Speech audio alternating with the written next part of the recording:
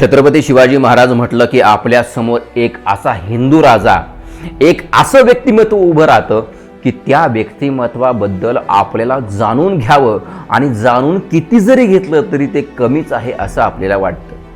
म्हणजे छत्रपती शिवाजी महाराजांची राजकीय कारकीर्द, छत्रपती शिवाजी महाराजांचं अर्थकारण, छत्रपती शिवाजी महाराजांनी स्वराज्य निर्माण करण्यासाठी घेतलेले कष्ट आणि छत्रपती शिवाजी महाराजांनी हे स्वराज्य उभं करताना जी माणसं बरोबर जोडली ती माणसं नेमकी कोण होती आणि कशासाठी छत्रपती शिवाजी महाराजांच्या सोबत आली, हे जर आपल्याला कळालं तर मला नाही वाटत की छत्रपती शिवाजी महाराज किंवा आपण ज्या आयुष्यात जगत आहोत त्या आयुष्यामध्ये जगत असताना किंवा पुढे पुढे जात असताना आपल्याला कोणतीही अडचण येईल. असंच जर एक उदाहरण आपण छत्रपती शिवाजी महाराजांचं बघितलं तर छत्रपती शिवाजी महाराजांच्या पहिल्या पत्नी सईबाई निंबाळकर. आता निंबाळकर म्हटलं की आपल्या डोळ्यासमोर येतं ते फलटण गाव, फलटणचा आसपासचा परिसर. निंबाळकर आणि फलटण हे एकमेव असं नातं आहे की जगभरात त्याची चर्चा आहे आणि जगभरात कुठे जरी गेलं तरी आपल्याला छत्रपती शिवाजी महाराज आणि निंबाळकर घराणं यांच्याबद्दल ऐकायला भेटतं. आज आपण फलटणचे निंबाळकर घराणे यांच्याबद्दल जाणून घेणार आहोत. नमस्कार, जय शिवराय. मी शिवशंभू व्याख्याते बापूराव कुसुम अंकुश मोरे. इतिहासाचे साक्षीदार भाग 7 यामध्ये आपल्या सर्वांचं स्वागत करतो. छत्रपती शिवाजी महाराजांचं बाल वयामध्ये लग्न झालं ते साल होतं 1640 आणि छत्रपती शिवाजी महाराजांच्या धर्मपत्नी होत्या महाराणी साहेब सईबाई साहेब निंबाळकर. छत्रपती शिवाजी महाराजांचं आयुष्यातलं पहिलं पाऊल जे लग्न झाल्यानंतर चाललं गेलं ते महाराणी सईबाई यांच्यासोबत. मोधोजी निंबाळकर यांच्या कन्या सईबाई साहेब यांच्यासोबत छत्रपती शिवाजी महाराजांचा 1640 या सालात विवाह झाला. तत्पूर्वी सईबाई साहेब यांचे वडील मोधोजी निंबाळकर हे निजामशाहीमध्ये होते. निजामशाही संपली आणि आदिलशाही सुरू झाली. निजामशाहीमध्ये असलेले महाराजा शहाजीराजे हे आदिलशाहीमध्ये आले आणि आदिलशाहीमध्ये आल्यानंतर महाराजा शहाजीराजे यांनी मोधोजी निंबाळकर यांना सुद्धा आदिलशाहीमध्येच आणलं आणि याच मोधोजी निंबाळकरांना दुसऱ्या पत्नीपासून 2 मुले होती. त्यांचं नाव म्हणजे बजाजी निंबाळकर आणि सईबाई साहेब निंबाळकर. निजामशाहीची राजवट संपली आणि आदिलशाहीची सत्ता सुरू झाली. पण आदिलशाहीची सत्ता ज्यावेळी सुरू झाली त्यावेळी सुद्धा मोधोजी निंबाळकर हे फलटणला स्वतंत्र कारभार करत होते. आदिलशाहीचा कोणताही अधिकार ते मानत नव्हते, कोणताही रूल ते मानत नव्हते. याच द्वेषापोटी आदिलशाहीनं मोधोजी निंबाळकर यांना कैद केलं होतं. शहाजीराजे यांनी मध्यस्थी करून त्यांची कैद सोडून घेतली आणि त्यांना फलटण ही स्वतंत्र जहागीर सुद्धा दिली. याच उपकारापोटी म्हणा किंवा अजून काही असेल किंवा प्रेमापोटी मोधोजी निंबाळकर यांची मुलगी सईबाई साहेब निंबाळकर यांचा विवाह छत्रपती शिवाजी महाराजांसोबत झाला. ते साल होतं 1640. 1642 मध्ये छत्रपती शिवाजी महाराज मासाहेब आऊसाहेबांसोबत पुण्यात आले. छत्रपती शिवाजी महाराजांनी स्वराज्य घडवण्यासाठी जी धडपड सुरू केली ती धडपड चालूच होती.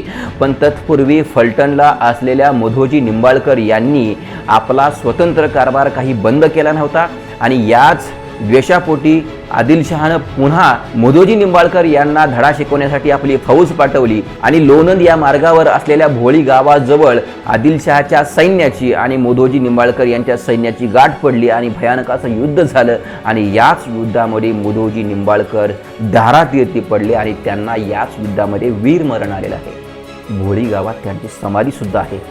मोधोजी निंबाळकर यांच्या मृत्यूनंतर आपसुकच फलटणची जहागिरी ही त्यांचे सुपुत्र बजाजीराजे निंबाळकर यांच्याकडे आली. 1651 मध्ये याच बजाजीराजे यांना सुद्धा काही कारभारामुळे आदिलशहानं कैद केली होती. काही इतिहासकार असं सांगतात की या कैदेमध्ये बजाजीराजांना मुसलमान करण्यात आलं होतं, मुस्लिम करण्यात आलं होतं, पण तसं कुठंही उल्लेख आढळत नाही. त्याचा उल्लेख पुढे आहे. छत्रपती शिवाजी महाराजांनी हे बलाढ्य असं स्वराज्य निर्माण केलं आणि हे स्वराज्य वाढतच होतं आणि छत्रपती शिवाजी महाराजांच्या ज्या काही लढाया होत्या त्या आदिलशाहीला मान्य नव्हत्या. म्हणून आदिलशाहीनं आपला बलाढ्य असा सरदार अफजल खान याला स्वराज्यावरती पाठवलं आणि ज्या वेळेला हा अफजल खान स्वराज्यामध्ये चालून आला त्यावेळी त्याने सुद्धा एक प्रकार केला आणि बजाजीराजे निंबाळकर यांना त्याने कैद केली. त्याचं कारण म्हणजे छत्रपती शिवाजी महाराजांना मदत करणे, छत्रपती शिवाजी महाराजांना माहिती पुरवणे हेच मूळ कारण आहे आणि या कारणामुळेच अफजल खानानं बजाजीराजे निंबाळकर यांना कैद केली. या कैदेमध्येच बजाजीराजे यांची सुनता करून ठार करणे किंवा बजाजीराजे यांना मुसलमान करणे हे बजाजीराजे यांनी लिहिलेल्या पत्रामध्ये त्याचे उल्लेख आहेत. आणि बजाजीराजे यांच्या या पत्रामध्ये हे कळून येतं की त्यांना कैद झालेली होती आणि त्या कैदेमध्ये त्यांना मुसलमान करण्यात आलं होतं. छत्रपती शिवाजी महाराजांनी नाईकजी पांढरे यांना मध्यस्थी घालून 60,000 होन देऊन बजाजीराजे यांची सुटका करून घेतली. कारण छत्रपती शिवाजी महाराजांचे ते मेव्हणे होते आणि स्वराज्याप्रती त्यांचं योगदान होतं. अफजल खान मारला गेला. अफजल खान मारल्यानंतर आदिलशाहीनं चिडून पुन्हा त्याचा बलाढ्य असा सरदार सिद्दी जोहरला स्वराज्यावरती पाठवलं आणि उत्तरेकडून आलेला शास्ता खान स्वराज्यामध्ये धुमाकूळ घालू लागले. याच वेळेला झालं असं की 1661 मध्ये बजाजीराजे यांना पर्याय उरला नाही. त्यामुळं आदिलशहाची त्यांनी काही दिवस मांडलिकत्व पत्करलं असावं आणि आदिलशाहीकडूनच ते कर्नाटकच्या मोहिमेवर गेल्याचं सुद्धा आढळतंय.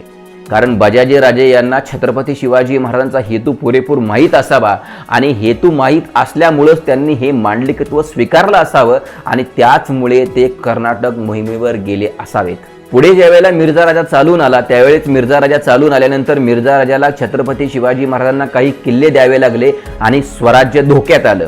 ज्यावेळेला स्वराज्य धोक्यात आलं त्यावेळी छत्रपती शिवाजी महाराजांनी दिल्लीला जाणं स्वीकारलं आणि दिल्लीला जाणं स्वीकारलं हे ज्यावेळेला बजाजीराजे यांना समजलं त्यावेळेला बजाजीराजे यांनी सुद्धा छत्रपती शिवाजी महाराजांच्या सांगण्यावरून मोगलांचं मांडलिकत्व स्वीकारलेलं आहे.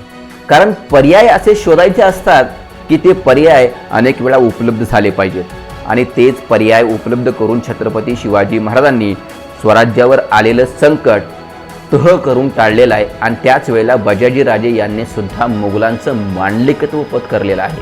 सन 1666 मध्ये छत्रपती शिवाजी महाराजांना आग्र्यामध्ये कैद झाली. सप्टेंबर 1666 मध्ये छत्रपती शिवाजी महाराज राजगडावरती पुन्हा स्वराज्यात आले आणि छत्रपती शिवाजी महाराजांनी सन 1670 पासून ते पुढं जी घवडदौड मारलेली आहे आणि स्वराज्याचा विस्तार इतका भरभक्कम आणि इतका मोठा केलेला आहे की खुद्द औरंगजेबाचं धाबं सुद्धा दान आणलेलं आहे. छत्रपती शिवाजी महाराजांनी जगाचे डोळे दिपून टाकणारा 6 जून 1674 आपला स्वतःचा राज्याभिषेक करून घेतला आणि हा राज्याभिषेक झाल्यानंतर छत्रपती शिवाजी महाराजांनी आपली कन्या सखुबाई यांचा विवाह बजाजीराजे यांचे पुत्र महादजी निंबाळकर यांच्याबरोबर करून दिलेला आहे.